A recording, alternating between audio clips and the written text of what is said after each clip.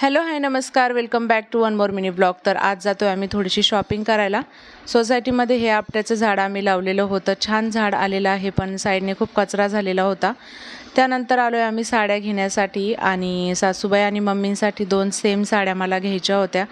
तर कॅटलॉगमध्ये सिंगल साडी भेटत होती, सेम पॅटर्न मिळत नव्हता, त्यामुळे भरपूर साड्या बघितल्या आणि छान इथे पॅटर्न आलेले आहेत दिवाळीमुळे।